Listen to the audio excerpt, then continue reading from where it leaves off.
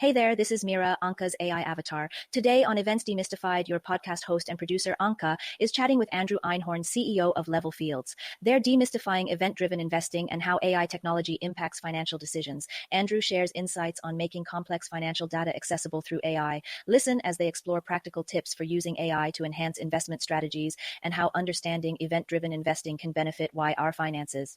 If you'd like to know how to give your money wings, tune in for a session with lots of actionable advice. Subscribe on Spotify and YouTube if you have not done so.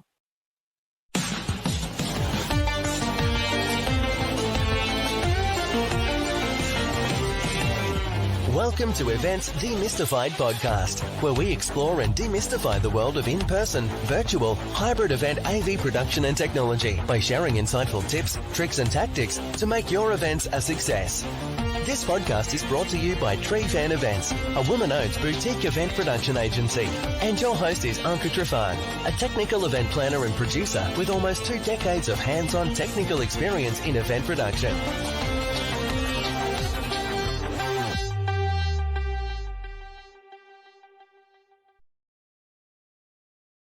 Hey everyone, welcome back to the Events Demystified Podcast. I'm your host, Anca Platon Trifan, and I'm super excited about having this conversation and stepping into a topic that's not only interesting, but really important for how we manage our finances, how big events around the world impact our investments and savings.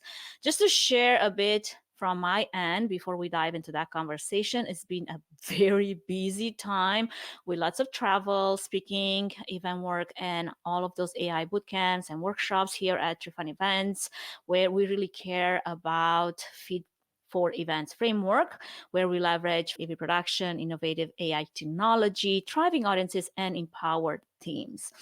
And while all of that was happening, as you might recall, I had a competition coming up, so I had to keep up with my fitness routine.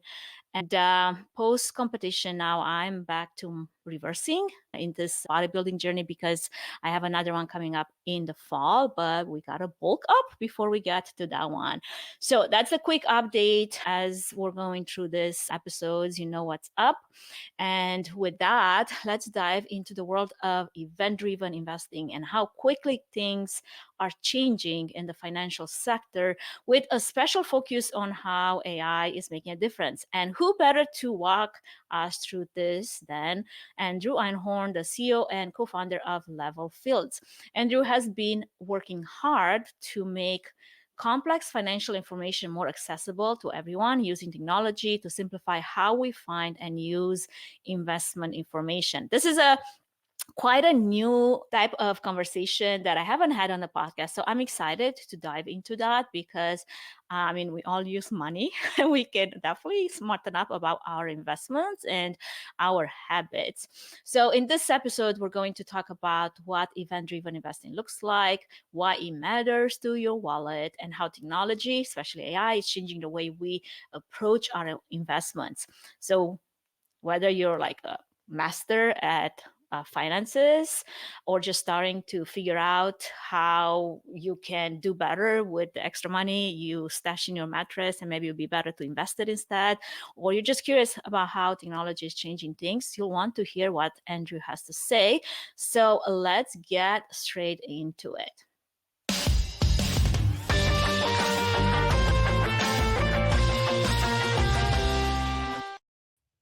Hi, Andrew. Welcome to the show. How are you doing today? Great. Thanks for having me on. How are you? Good. I'm excited to have you on the podcast and to get us talking about investments and money. I mean, what a fun topic, right? Nobody is shy about that ever. No, it always gets people interested when you find out they can make money pretty quickly in the market and they don't have to wait all year to do so. That's awesome. Well, before we really dive into the depth of all of that, as I mentioned earlier, I've got to ask about something a bit more lighthearted, but maybe incredibly impressive, I guess. I learned that you've not only created a pandemic monitoring system for Georgetown Hospital that helped trace the source of mercury in tuna, but also built and sold a company that worked with 100 of the Fortune 500 companies. That's quite a trifecta of achievements. So could you maybe share a bit about what it's like juggling such diverse projects, and maybe which of these experiences surprised you the most or taught you something that you didn't expect to learn? Sure. Happy to go into it. Yeah, I like to keep busy and have kind of a traditional career. I started my career as an epidemiologist. So I was studying, pathways that mercury gets into tuna fish in the Gulf of Mexico out of college, and doing hardcore statistical analysis on that. And I've always liked working with numbers. I like statistics. I like data. The new term these days is data scientist. I suppose you could classify me in that category, but I do it through the lens of entrepreneurship typically. And so you weren't just looking at tuna as like, this would make a great meal. Well, I think everybody's seen the warning, right? If you've been pregnant or your partner's been pregnant, they say don't eat tuna fish while you're pregnant because the mercury levels. I disagree. I actually had so much sushi while I was pregnant with both of my kids. And you want to hear the funny thing? They're obsessed with sushi. Like, kids don't eat raw fish. My kids, since they were 1, they're like shoving sushi in their mouth. And I'm like, you got to stop. You're going to poison yourself, to your point, because you don't know how much mercury is in that fish, right? It's super healthy for you without the mercury. So there's sort of like pros and cons of eating that. If it's between, a little bit of mercury in your fish and fried chicken from a fast food restaurant, I'd go with the mercury. Right? You just have to be careful with the symptoms. Or you got to like also put some money on the side, or how much one of those meals costs, especially if both of your kids are like heavy tuna and sashimi, salmon sashimi eaters. You're like, put on some rice. Yes, exactly. Fill it with the rice, do a poke bowl, maybe some fried tempura on the side. You can do it that way. But yeah, we were looking at kind of how did it get in there in the first place? Like, where did it come from? And the short version of a very long analysis was a lot of offshore oil rigs. They use mercury as a drilling lubricant, and it just goes into the ground. And the structure that's created from these drilling rigs actually serves like an artificial reef.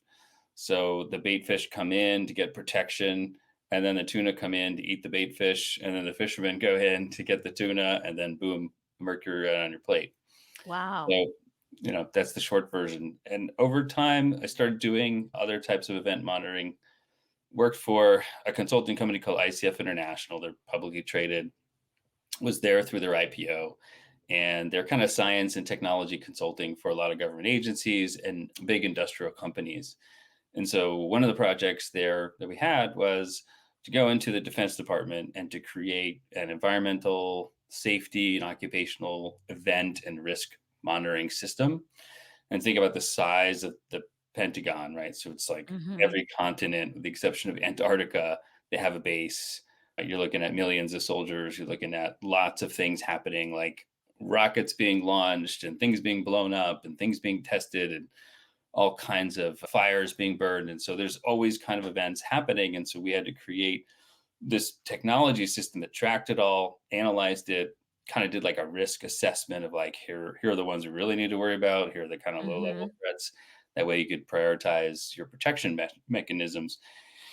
And as we're building that, I just fell in love with the process of building technology, realizing that, you could kind of shape anything that you wanted.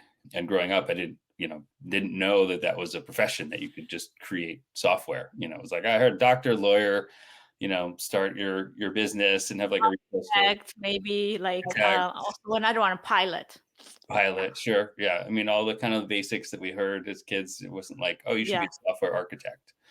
Didn't know what that was. So I had to kind of find my own path there. Yeah. And along the way, when I started my last company, I had no money coming in. So I had to go, a few years with no income. And as I was doing that, I started to teach at Georgetown University and was brought into a consulting project there, sort of an interesting hybrid between kind of the worlds that I like, which is, event monitoring, a lot of data analysis, and then software building. And so I had a friend who was like, hey, we're getting this contract from the Department of Health and Human Services. They're asking us to build this pandemic monitoring system. We need to bring together some hospital systems. The idea was at the time, if a certain number of people came in with a cluster of symptoms, right? Like, I have difficulty breathing, Mm-hmm. or, what turned out to be pneumonia, or, tingling in the feet or rash or whatever, that the system could automatically identify like this increase in the rate at which people are Mm-hmm. being admitted for that symptom in the electronic health record, and then flag it and say there's something odd going on. There's a cluster of this type of disease. That was part one. The second part was in like a mass pandemic situation. You think about all the ambulances all over, Right. the area. So I live outside of DC. There's lots of there's DC, there's Baltimore, there's Virginia. And so there's a lot of hospitals and a lot of places that an ambulance could go. But oftentimes in an emergency, the hospitals are overrun, right? There's no beds, or Right. intake is overflown. And so we wanted to create kind of like a Google Maps. We can see the traffic in real time on the maps, but as hospital admission rates. So you could see, oh, Mm. well, this hospital is 120%. Go to the other one. Yeah. Go to the other one. Yeah, Yeah. redirect to the one that nobody's Yeah. at out in, Fairfax, Virginia, that's only got 40% occupancy. So that was a project, and it was a pilot. We did it and it worked. I don't know what happened to it after, we kind of built the Right. initial pilot, but loved it. It was just really cool type of project. And then went on to, continue creating my last company, which was effectively an event monitoring system. It was looking at types of events that were reputational threats or benefits to corporations that were publicly traded companies, typically. So, for example, if a company had a cybersecurity breach, what was the fallout online? We would analyze that for them and say, this is how your reputation is being talked about online. People are no longer wanting your credit card. They think it's not safe. We had another client that, was a rail company, and about 10, 20 times a year, those trains would come off the track, and they would not know about it because usually it breaks on social media. Then it goes to local media story before it becomes big media story the next day. And so our job was to find that event very quickly, send it to the corporate comms person, and then they would kind of spin out their press release or get in front of the media and say, hey, it wasn't our fault. They overloaded the train. We're just hauling the goods. We told them it should only be 5 tons. They put 10, whatever. And we would watch these sort of share price of these companies fluctuate, in response to how the media would. How much the damage control was successful or not. Exactly. So reputation management software is a broad category, but we had a little bit more focus on kind of like real-time event analysis. And so that was sort of number 3 or number 4. We built another system for another government agency that looked at outages for their the EBT card. So the benefits card, people can go and get a couple $100 a month for assistance. And sometimes those cards, for whatever reasons, they stop working. And so we needed to be able to let the government know, hey, the cards are out. Like, there's a problem. People can't buy groceries right now. So it just kind of built on itself, over time. We built this expertise and sort of real-time information, really using unstructured data was the challenge, like sentences and words, rather than just looking at numbers, which are structured. They're easier to analyze. So that kind of led to Level Fields, but I'll take a break if you have a question.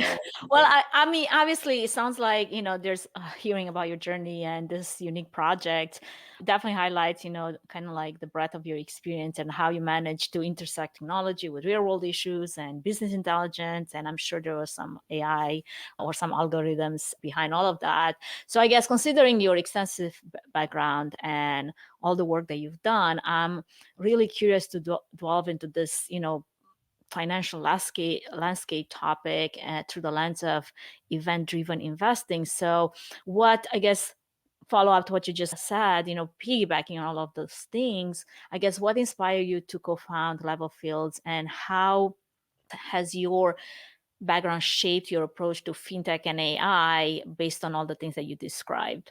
Sure. Happy to go into it. So my last company, we saw those share prices moving because of events that were happening, all types of events, right? And it was always sort of in my head, like, we're on the wrong side of this. We're sort of helping the large company manage and mitigate billions of dollars worth of value in the stocks Hmm. that they have, because these are some of the biggest companies on the planet. And so it was sort of like, maybe we should be investing along the other side on the, betting against or for these companies, and to kind of just let it sit there for a while until met somebody who worked at a hedge fund. It's a $65 billion hedge fund, and was really interested in the kind of work that we were doing, and said, how are you doing what you're doing? Can you show me, how you get information so fast? How do you get it so accurate? Because we have issues getting accurate information in the financial sector. And so I spent a lot of time sort of as an advisor for this Hmm. portfolio manager, just showing them, look, these are the methodologies. This is how you can tell fake news from real news. This is how you can get the information as a source. Like, these are the methodologies of getting information really quickly. And he started to outperform all his peers, using kind of these methods that we had developed for a totally different purpose. And as that happened, he said to me, like, you're in the wrong industry. Like, you really need to be in finance. You should not be in PR. PR has no money. Go where all the money is. And I was like, well, think about it.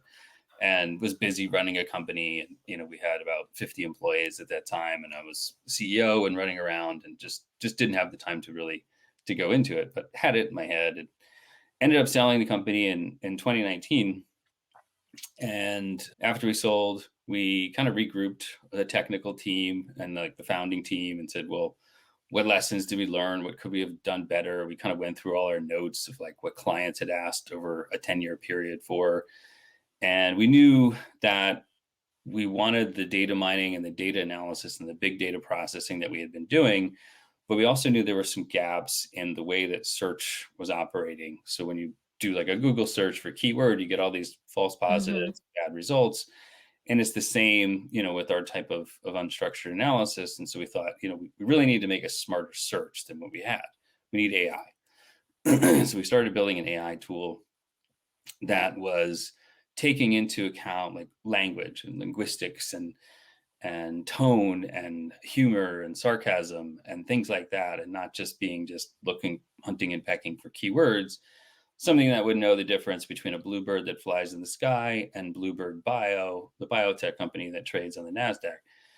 So as we're doing that, we're thinking about use cases. We came up with a few different Hmm. ideas, and then COVID hit, and the world stopped, and the market started selling off, and we started getting calls from family members, freaking out that all their savings were going to be eliminated, that their college savings were going away, that we're going into a depression. And I found myself in kind of a unique position of being someone who's been in the public health space for a really long time, Right. but also worked with data sets, and I'm thinking about financial markets. And so I just locked myself in my office for like 60 hours with large volumes of coffee, and tried to analyze like all the last pandemics, how they played out, how Uh-huh. governments reacted, right? Like, what were the typical responses? And I looked at things like Zika, and I happened to work, for the CDC back when swine flu was big, and they were a client of mine back then. So it's kind of going through old notes, and then kind of came out with my hair on fire, and said to I said to friends and family, like, the market's going to be right back where it was in 6 months. Everything's going to be fine.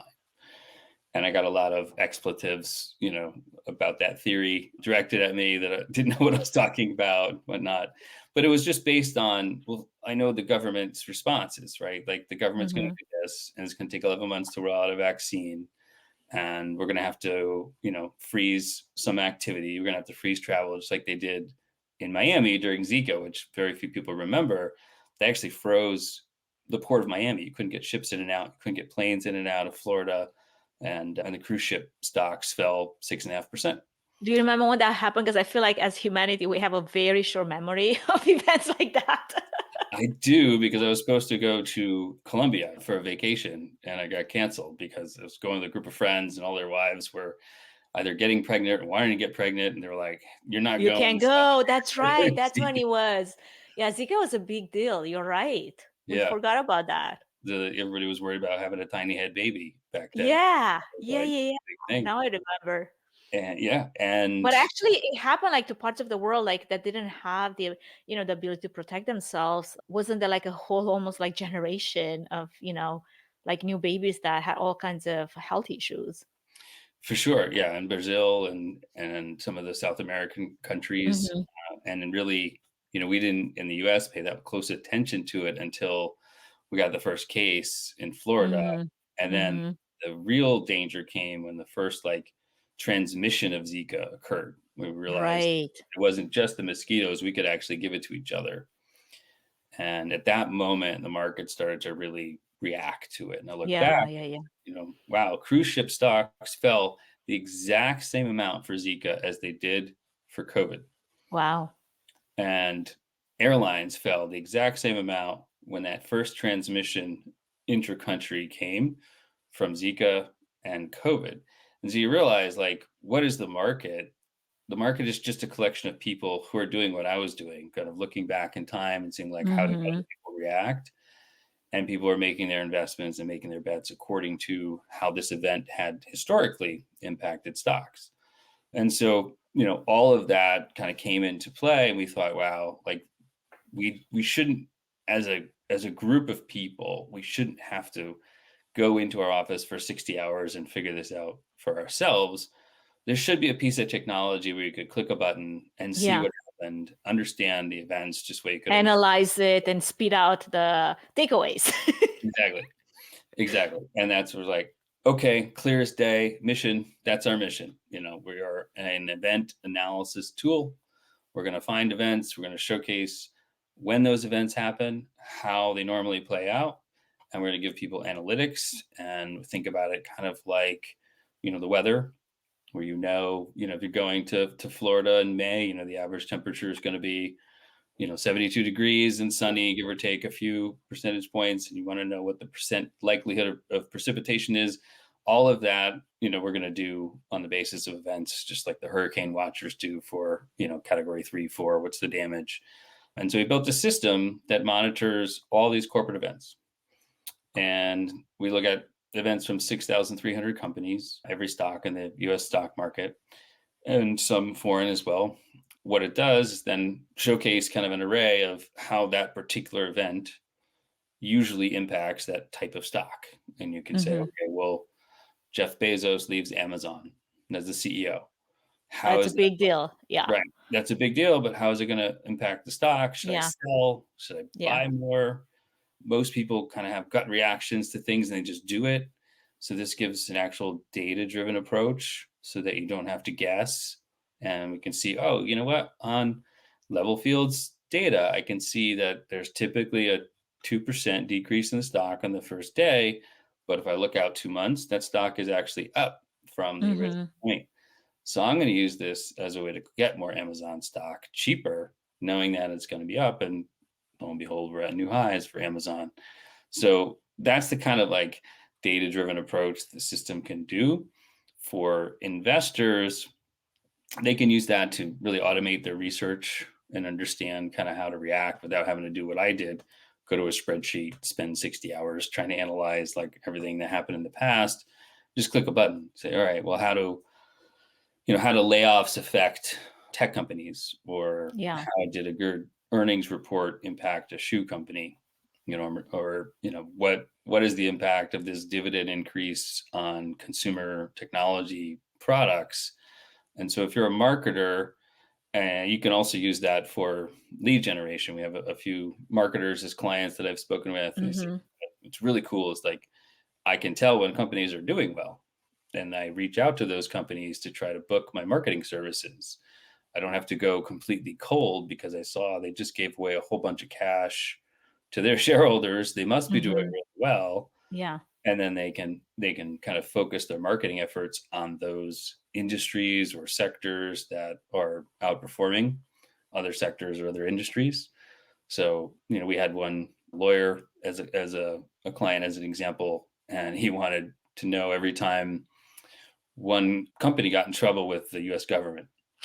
So the US government opens an investigation for Uh-huh. like antitrust, and he was an antitrust attorney. He's like, oh, I get the alert for antitrust, and I just basically send him my digital card, like, I heard you need some help. and they can do it in a timely fashion. And if I book one client a year for that person, it could be a $200,000 a year, client.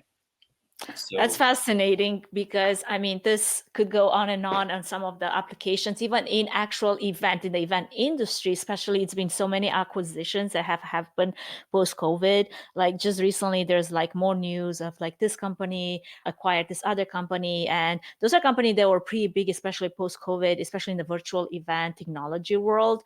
And some of them made it, others, they're just being acquired and acquired and acquired. And it's almost like this rolling ball that is just like keeps growing, right? So I guess some of the application of the things that you just mentioned, case study, could be applied even for this world in the event industry, of how you can gauge like, okay, based on prior data and based on how this one company did on all this historical, data set that, again, you would have access to, you'd be able to make an informed decision if this is a good investment or not. So it's interesting. Now, I'm curious, with AI changing the game, really, what challenges and opportunities do you see for investors trying to navigate this complex world of, kind of like event-driven investing, really?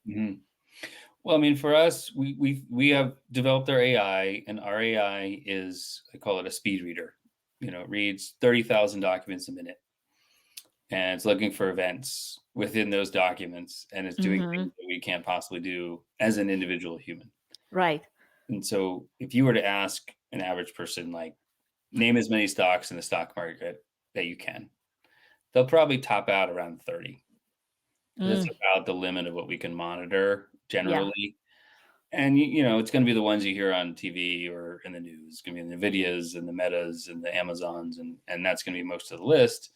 And it gets everybody's attention because it's about the extent that we could handle the information. But outsourcing our reading and analysis to AI really allows us to then monitor the entire stock market, all 6,300 stocks, looking for just those types of events that are huge catalysts, positive or negatively. Some of them send the stock down, some of them send the stock up.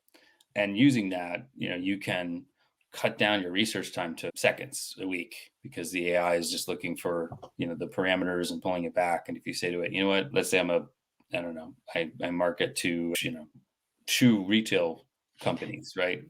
So I want to look at the industry of apparel, shoes, and I'm only interested in, shoe companies that are giving a lot of cash back to their shareholders and have revenue growth of 10%, because I think that's going to make a good client or a good investment. I can do that. I can set up in a few clicks, and it's just going to go find that every time, again and again. So it's going to, when Crocs has an event, or Deckers has an event, or I forget the company that makes Tevas, has an event, you can find those automatically. And it's really doing it for you, and then showcasing like, here's how this event's going to impact the stock. You can make a quick trade on it, or you can invest longer term, up to you, or you could use it for marketing purposes, as we were talking about. So it's really a game changer, and a lot of focus right now is on generative AI, which is great. But generative AI is sort of like the mouth, and the stuff that we're doing is sort of like the brain, right? So we're processing the info, analyzing it, categorizing it, creating the answer. And then the Gen AI piece is just spitting it out, summarizing it. So if you connect ChatGPT to a system like ours, for example, like, it will just summarize answers that we've already calculated for. It's like it's doing, summaries of what a New York Times article is, or Wikipedia. So that's the exciting part for us, is like, we're originating information, we're originating data, we're kind of putting things together that didn't exist before in different, analytics, and making it really, really easy. It sounds complicated, and it is on the back end, but on the front end, it's as simple as like, hey, this event is going to drive the stock up 30% over the next 3 months. You should probably buy it. And that's it. You just, every time that happens, you just buy it. Yeah. Like the NVIDIA stock, they just went through the roof just recently when their earnings were reported, because what they did is actually create opportunities for all those AI data center that were needed, which is not even part of their offerings, but they saw an opportunity there. So like a lot of their, stock was basically impacted positively by them looking at the market and navigating in a way that was beneficial to to what the demand is, right? Oh, sure. Absolutely. And it's a great example of, how events will change the trajectory of a stock because they make that one announcement and all of a sudden they're like, oh my God, they're doing their own data centers. Like, wow, that could be huge. Or Right. they make an announcement that they just sold $20 billion worth of chips to Facebook. And it's hard not to make money after an event like that. We have another event on our platform called $1 billion contracts. So it's a company that just got $1 billion award. That's a good client. It's also a really good investment. If you're trying to Right. look for the next stock that's going to be doing well, it just searches for that situation, makes it, really, really simple. It's like, hey, a small company that was only doing 300 million in revenue just got $1 billion contract. They just tripled their revenue with one piece of paper. It's going to go through the roof. And we see some of these stocks, like there was a health company like a mid-cap health company, I think it was called Sira, and they went up 600% one day on that news. And so these events are there, but nobody pays really that close attention to them because there's just too many things to watch out for. There's too many distractions. There's too much blah, blah on the, opinions about noise really also. Yeah. A lot of everybody's trying to pick the next Amazon, and we say, why? You don't need to pick the next Amazon. You just need to pick the next 3 months. Yeah. Well, I would love to dive more into that. We're going to take a quick break for our mid-roll for our sponsor ad, and just give a shout out to our sponsor. And we'll be right back to explore.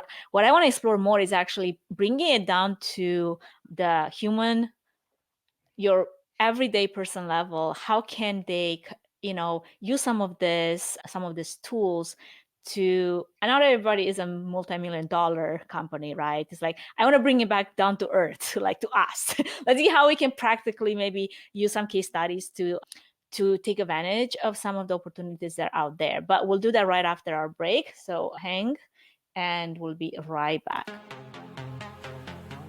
Before we move any further, I wanted to give a quick shout out to our main sponsor, Trifan Events, which is a boutique event planning and production agency that will come alongside you, offering personalized event planning and technical support, strategic event design, production and technology management, and flawless execution for live, virtual, and hybrid events. The team at Trifan Events is passionate about planning and producing event experiences that get people involved with true moments of interaction, engagement, and co-creation, while offering white glove treatment throughout the entire planning process, enabling you to reach your event goals with the use of creativity, production tools, and event technology. To find out how Trifan Events can plan and produce your event become memorable, go to trifanevents.com.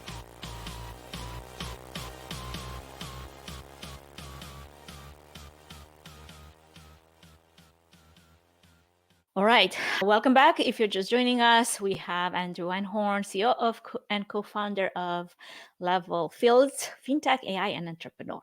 So we went through all of those great case studies and examples of how the system that you build, the technology that is there is, really changing the game for a lot of those big companies.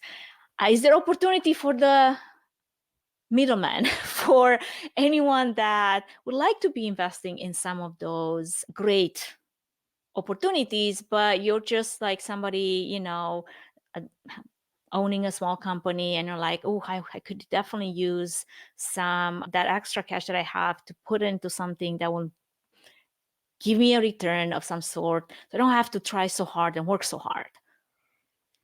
Yeah, absolutely. I mean, that's why we created the system. We felt that the current market situation sort of unfairly favored large institutions that had a lot of resources, that had a lot of knowledge of the market, that could deploy, hundreds of people to figure out better investing. And we said, you know what, let's take the best strategies and the best technology and make it available for an average person for a couple $100s a year so that they can make money in the market in a way that is much faster, much more aggressive, much more profitable, and in many ways safer than sitting in the market over long periods of time through that volatility that you see through pandemics, through wars, Right.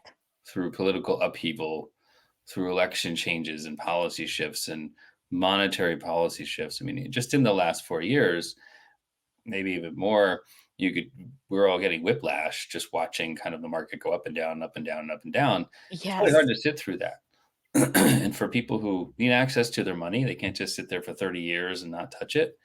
It's hard to be a long-term buy and hold investor in the index. And that's been, the prevailing view for people who maybe don't have a lot of market insight.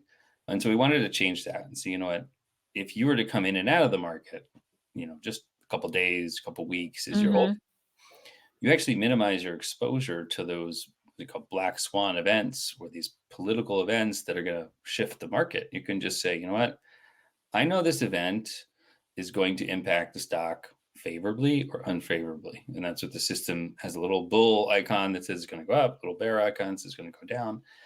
But a lot of it it's intuitive, right? So if a big company that's already profitable lays off a bunch of people, their profits actually rise, right? Because they're dropping their costs. So their stock goes up because it's more valuable. As you see with Meta, they did that, a year and a half ago. Stock's up, 300% since then. Those types of events. Is that because they laid off a bunch of people? Like, see, that's not intuitive for someone that is not a financial person. Like, I don't do investing. My husband takes care of all of that, because to me, like, point A with point B don't always connect just because those things happen. So I need a smart tool to do that. Well, it shows you on the system that if you were to click on large cap companies, tech space that are doing layoffs, it will show you the average move for a day, a week, 10 days. And then it shows you called the win rate, the percentage of time that happens. So 80% of the time the stock goes up. It shows you that. Just like saying, I'm thinking about, bringing an umbrella today, and you look at the weather forecast and it's, 80% chance of rain. You're like, yeah, I should grab the umbrella. Right. It's the same with the stock. It's like 80% chance it's going to go up. If you're running a business, or ever ran a business, you kind of know your business has revenue and you have costs, right? Yeah. If you can make more money by one of two ways: you increase your revenue or you decrease your costs. So make $1 million a year, or $100,000 a year in revenue. It doesn't matter. It's the same math as when you're doing $1 billion or 100 billion. You still need to increase revenue or offset that by lowering your costs, which is what Meta did. And they stopped spending billions of dollars on the metaverse, and I don't remember how many people they fired, like 10% of the workforce, right? And so you just know, okay, the stock's going to go up, and you also know what other people think, right? So you use a little bit of psychology here. I dust off my degree in psychology, which this is where it comes in. And you start to think, if I am a analyst on Wall Street, or I am a market commentator, right, and I see a company that had been spending and spending and spending and not actually producing anything, while also running a business that was wildly successful, but ignoring that existing business, and then suddenly they stop spending all that money, they start saving money and reinvesting in the business that got them success in the first place, that's going to make me happy to watch. Like, I'm going to root them on as a finance person, as an investor. And that's when the sentiment about these companies start to shift. And you'll hear it. It's starting right now. If you turn on CNBC and you were listening 3 months, 6 months ago, they were just trash talking Google. That Google was in the dumpster, that ChatGPT was going to replace Google, that Microsoft is crushing them. 2 months ago, it was the rollout of their Gen AI system was garbage. Now you're starting to hear the shift, because all of a sudden Google's marketing, and you realize how big that company really is, and that they have 1.8 billion Gmail accounts that they can market any product to for free with no cost, almost instantaneously. And it doesn't matter if they had a bumpy rollout, because it's still that big. And you start to see this share price moving in Google up a little bit, up a little bit, up a little bit, up, as the market sentiment shifts. And so that's all this is really about, right? It's like, how are people perceiving information? So if you get information quickly, and you know how people normally react to that information, it's pretty easy to figure out where the share price is going to go. Well, I'm curious, talking about Google and the sentiment, it was in the AI news just recently how Google is contemplating a subscription model for its search engine, which basically introduces charges for new premium AI-powered search features. Mm-hmm. And that basically marks this significant shift from their tradition of free core search services, because now they're introducing a paywall for certain AI enhancements while keeping standard search features free. So it's interesting to see if the sentiment might change, because this is a big deal. Like if they start doing that, all the other AI companies, they're going to catch up and be like, well, we want to do that too. Like, we're going to make sure that we make some money on this. And I mean, it's a strategy that obviously reflects the high cost of AI and its potential impact, but it's something that can also be very disruptive, It can be. And I would point actually to politics as the source of that move, not Google, because in the EU, when they're banning the storage of personal information and you can't track people across websites. Because they just, passed that AI law. Right. And just basically saving the data that Google makes its entire advertising business off of. So there's a government saying, if you can't do it this way, it's illegal to track all these people. It's illegal to track and cross monitor. That was their whole advertising model. And then they have to say at some point, well, if we can't make money off our other business model, we're going to have to shift the business model. Yeah. And so that's it's going to cost us, the end users. Yeah. And then the end user gets punished. And this is often the case with, new legislations. It's not really well thought out. It's just like, oh, I have this problem in front of me, so I'm going to try to solve that one problem.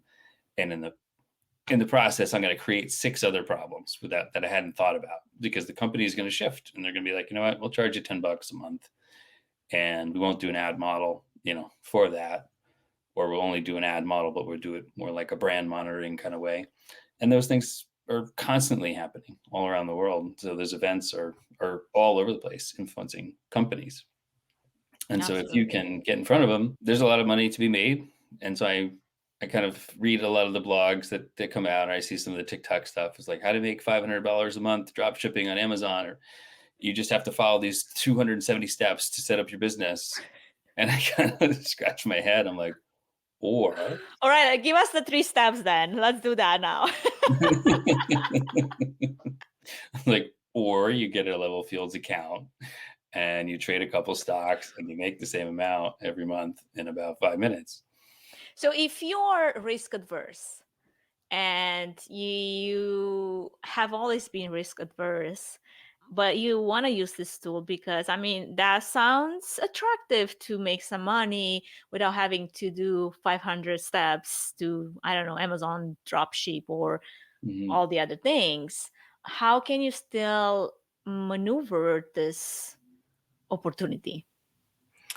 Well, so we have 5,000 events that happen that we grab on the platform every year. You don't have to trade all 5,000 of them. You can be really picky, right? You can say, you know what, I'm just going to get the best type of event, the highest success rate. That's the easiest one for me to understand. And I'm going to do 1 trade a month. And I'm going to make sure it's a stock that, if it went down, I would still want to own it anyway long term, if you want to be truly like risk averse. So you could say, I'm only going to look at the top 100 companies by market cap, right? And then most likely it's going to be successful. You'll see huge increases, 6%, 8% in a day that you can make. And if you do that 10 times a year, that's 60 to 80% return. Normally, you'll be looking in the market, historically investing in the S&P 500 index, you're making 8% a year. And most people who trade stocks without any kind of help or technology make 5% or less. And nobody makes money in a down market doing the indexes. So there's a lot of upside. There's a lot of training and resources we have on the platform to make it really easy to kind of get up and get going. And, we also have another premium service where if you really don't want to do it yourself, like we just send the trade ideas to you. And you say, here's what you do. You buy it here and you sell it here. And if you followed those over the last year and a half, our returns are pretty insane. They're like 3,300% on our closed trades, because you're looking at really discrepancies in pricing. We could grab 40% movement and then get out of the market. Don't stay in watching that 40% disappear. But a lot of people did. Like, I have a cousin who bought, she's going to hate me for saying this. Spilling out the laundry. She bought Moderna really early on in the pandemic, did great. Moderna went to $400. Right. I said, sell. She's like, no, I believe in the company. I'm like, you can still believe in it and buy Yeah, but we're going back to normal. Like, nobody's going to want to have those vaccines in 3 years or 4 from now. right. And they go to the doctor's office and they're like throwing them away because they expired. Nobody wants them. So what happens to the share price? It goes from 400 to like 80. And stubbornly, she held the whole time. I'm like, you make your money in the market, not just riding out these massive waves, but you have to take profit taking. Yeah, it's like when you go to Vegas and if you played a good hand and you're lucky enough for some reason to win, even though those obviously are so rigged so that you don't get to leave the casino, like take your earnings and run. That's right. I had a good friend I went to the casino with. I had a great run, and it was the best night I ever had, because silently, she didn't tell me she was doing this, but she's sitting next to me. And every time I was playing and I was winning, she would grab a chip and she would put it, she would stuff it here in her bra. And then by the end, I had lost. Oh, there's some tactics to know. And she's like, no, you didn't. Pulls it out. She's like, let's go get drinks. This is your winnings. That is so funny. Oh my gosh. You think somebody would actually pay attention to those things? Yeah, I think they just probably, assumed we're together as a couple, but it was just a good friend, and she knew kind of my habits. You're like kind of sort of cheating Knew my personality enough to know that I wasn't going to stop just because I was ahead. So yeah. That's funny. But yeah, you're right. I mean, I think that's a good advice, and there's a lot of great insight. Now, give me sort of like a maybe breakdown step by step. If you wanted to start using the system and make level fields your investment, like I use, what was it, Fidelity. Like for the longest time, I think I still have a lot of like stocks and Fidelity, but do I go and check on them? I feel like they're sort of like on autopilot. Maybe I should. So my question to you is, how do you get started? Then is there a way to schedule for someone like me that's like, yeah, I want the money to work for me, but I really don't want to put a lot of time into it because I'm not, again, financially literate enough to maybe make those decisions, or maybe I don't give myself enough credit or something, whatever reasons, or not, lacking confidence or whatever. Would you run me through that process? What does it take? I know you also shared a discount code with our listeners. How can they use that to take advantage of it? And anything that would be useful for someone that's like, you know what, you actually sort of like made me think about it, and maybe I should give it a try. Yeah, I'm happy to. The discount code for Level Fields for podcast is podcast, the word podcast, 23, number 23. That will give you a pretty significant discount. There's 2 levels. One is do it yourself, and the other is you get help along the way. Every month you're getting kind of the premier alerts that come through the system. We sort of do the editors. So it's almost like having a financial advisor of some sort. We don't do advice, but we say like the AI is picking out all these different trade ideas. I got it. So there's an analyst that says this is the highest probability. Enter, if you enter at 49 and you exit at 60, you're going to have the highest probability of success. And if you have a Fidelity system, that's all you have to do is you do 2 orders. You go to the system and say, buy at 49. And once you've bought it, you put a limit order in, says sell when it hits 60. You don't have to look at it again, and everything's automated. Right. Unless you send an alert in between that says, like whatever aliens landed, we have to exit this position. Right. Sometimes it happens. That's kind of the level 2. It also comes with an hour of training on how to use the system and explanation of kind of the method and philosophy. If you want to do it yourself, you can pay a couple $100, have the subscription for a year, and you just go onto the site and you would look at, the homepage, which has about 25 different event types, and each one has kind of like a risk rating. It will show you the win rate, so the probability of success, and then it shows you sort of the hold time, whether it's a day, 6 months, 3 months, they're all a little bit different. And so there's something for everybody. If you want to do 1 trade per month, you can do it. If you want to do 10 trades a day, we have, scenario for that type of person as well. And you just look at it very quickly, and it's sort of like shopping for, the right fit, your right strategy. And it's it like doesn't have to be Amazon shopping, like only this one brings you money instead of dropping packages at your door and subtracting, the money from your account every time. Exactly. What kind of model is that? Yeah, I will tell you from recently setting up like an Xbox for some kids that it is way easier than setting up an Xbox. So if you've ever done that, it's so much easier to use. There's a lot of other technologies that are much more complicated. This is really like, it's got an angry bull, with a green, that's good. And then an angry bear, that's kind of the bad one. That's going to go down. So run away, maybe. yeah. I mean, if you have existing stocks, one of the things you can also do, if you don't really understand why those stocks are going up and down, you can set up your watch list of stocks that you own and get alerts for positive or negative catalysts against things that you already own. So you'll begin to learn like why the stock just went down 8% that day, or why it jumped 7%. You also get notices if there's, some bad news, like if stock files for bankruptcy, or, if a large institution comes out and does a really nasty public hit job on the stock, which happens quite often. They're called short seller reports. And when that happens, wasn't that like a Netflix documentary, some sort on that? did they? Yeah, I forgot the name of it, but it was so good. It was so long, but so good to actually go behind the scenes, kind of behind the hood of some of those, dirty plays in the stock market world. Yeah. Well, they think of themselves differently. They think of themselves more like journalists that are kind of shedding light on fraud, which often is the case. And, I got caught in one of these maybe 6 or 7 years ago. There was a Chinese company called Luckin Coffee, and it was supposed to be like the Starbucks of China. And I was reading their numbers, and their revenue growth was through the roof. Their earnings were through the roof. I couldn't believe how many shops they opened in a small amount of time. Mm-hmm. And I remember saying to someone at the time, like, this is either the greatest execution staff in the world, or these numbers are completely fake.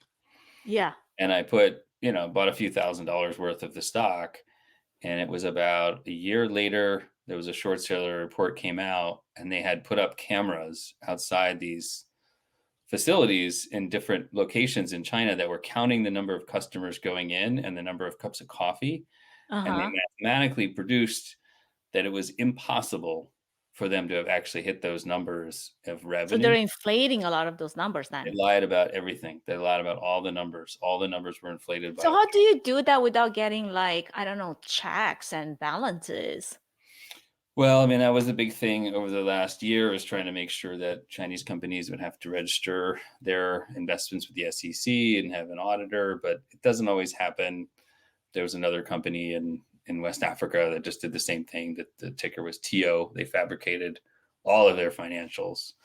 They make up shell companies, and they create purchase orders between the shell company and the large company to showcase, oh, we just had this $1 billion order from a company that, has like a PO box that doesn't exist.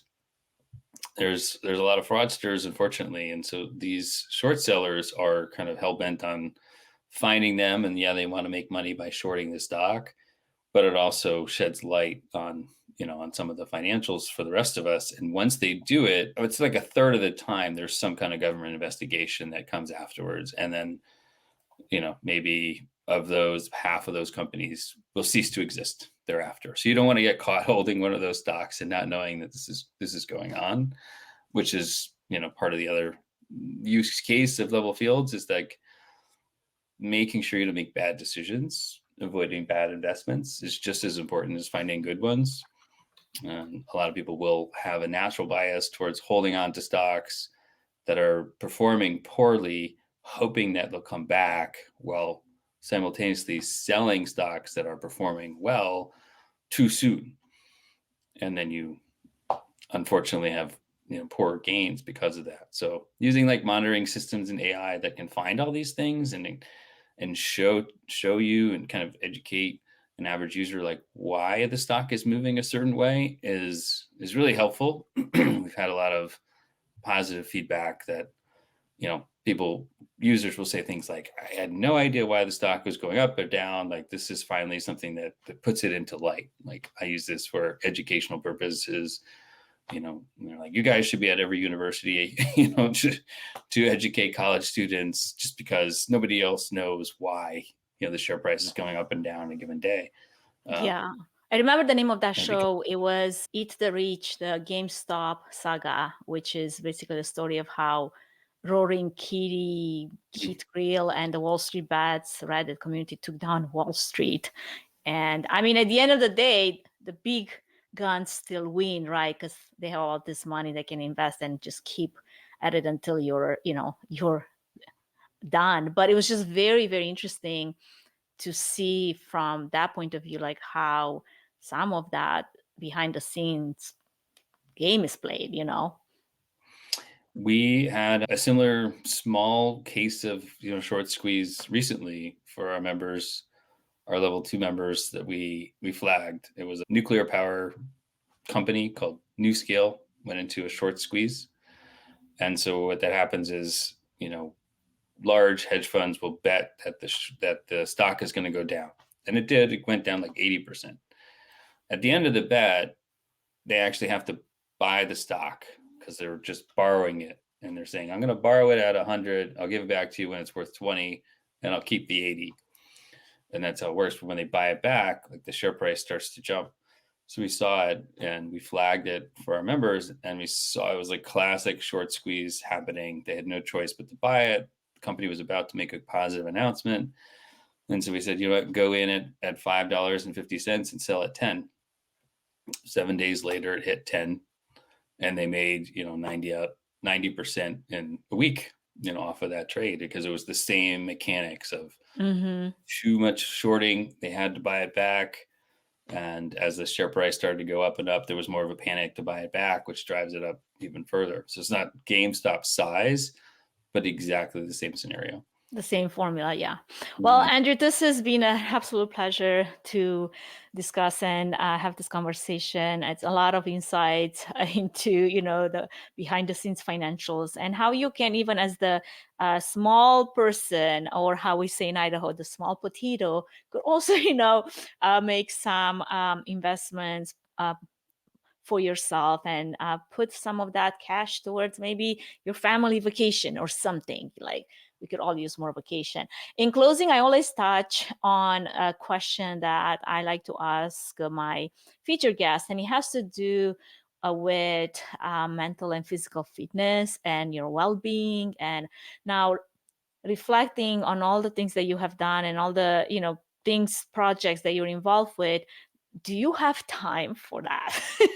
What does that look like for you? Running after the kids, maybe? Yeah, I mean, it's just running after children and dogs. And funny enough, just yesterday I started some physical therapy for my back that I had neglected for a while to sort of rebuild my core. But yeah, I mean, I try to keep Saturdays open for kind of the weekend warrior thing, long hikes, and do a lot of physical exercise on a Saturday or a Sunday. When I can, anytime the phone rings, I'm standing up, I'm pacing through the house, trying to get the steps in, standing up as much as possible, because otherwise you're at a desk, 12 hours a day. And I even got a walking pad under one of my desks here for those long Zoom meetings, or like I can't be pacing with my phone because I'm on a Zoom meeting, but it's like I got to do something where I move, because I'm like, stuck in this chair for hours and I just can't stand it anymore. I know. I used to have those big, like the workout balls that you sit on. So I used to use that about 2 hours a day instead of a chair, and that helped, but it got really hard after a while. It was tiring, and occasionally you just like, I just want a chair. I got a little lazy over the years, for sure, so I can always be better at it, but those are the tactics that I try when I can. Awesome. Well, before we wrap up, could you share where our listeners can learn more about you and Level Fields? And I don't know if there's a place where you share any financial tips or something. Hey, go check this out, or any of that sort. Yeah, you go to levelfields.ai. If you're working out, you're doing laundry, just text yourself or send an email to yourself. Level Fields. If you Google us, we'll come up. And, if this isn't for you, I would say you probably know somebody that this would be a nice gift for, or at least make them aware that we exist. On the site itself, you'll see lots of different case studies for how you would use the information. You can read some of those. There's a demo of the site as well. And then you can after you get into the application, we have a large knowledge base of how to trade and how to use some of the data and the events that are on the system. So, likewise, we have a support line with actual people that will answer your questions usually within 24 hours. So you're not alone even after you sign up. That's awesome. Well, thank you so much for sharing all those tips and case studies and insights with our audience today and myself. I hope that you have a wonderful rest of your day. And with that, maybe any last thoughts before we go into our outro here? No, just, check out levelfields.ai and hopefully you have some good success. And thank you for having me on the show. I really appreciate it. It was nice to talk with you today. Awesome. Well, thank you so much, Andrew. We'll see you hopefully another time, or maybe I'll just have to be figuring out how to do this financial thing better. But I'm definitely going to get my husband onto it. I'm like, go and check it out. Sounds like a great idea. Have a good one. You too. Take care. In closing, a warm thank you to all of you, our listeners. Thank you for tuning in. Remember, the world of investing is complex, but with the right tools, there are opportunities. And with the right insights, you can actually, maybe gain something from this conversation as we tapped into those tips. And it's possible to navigate it successfully. I hope that's the main takeaway from this episode. Also, a huge thank you to our main sponsor for today's episode. I want to remind everyone about our upcoming AI workshops and boot camps at Trifan Events. The sessions are designed to equip you with the latest tools and strategies in AI for growing your business and your events. For more information and how to register, please visit our website. While there, do check out the AV Production GPT that's trained on an extensive data set of AV and AI information and about 20 years worth of actually data, with the only goal being to provide you with the expert advice and solutions to optimize event performance and impact while ensuring budget efficiency and attendee engagement. And lastly, don't forget to follow us on all of our channels for updates on future episodes, industry insights, and much, much more. And I feel like I'm stumbling over my words because this has been my third recording of the day and I'm tired. So we're going to have to clean this up. Just bear with me. We are here to keep you ahead of the curve in the ever-changing world of events. And with that, this is your host signing off. Stay curious and empowered. Catch you on our next episode soon. Thank you for listening to the Events Demystified Podcast. If you enjoyed this podcast, please take a moment to review it, rate it, and share it with other event professionals that could benefit from it.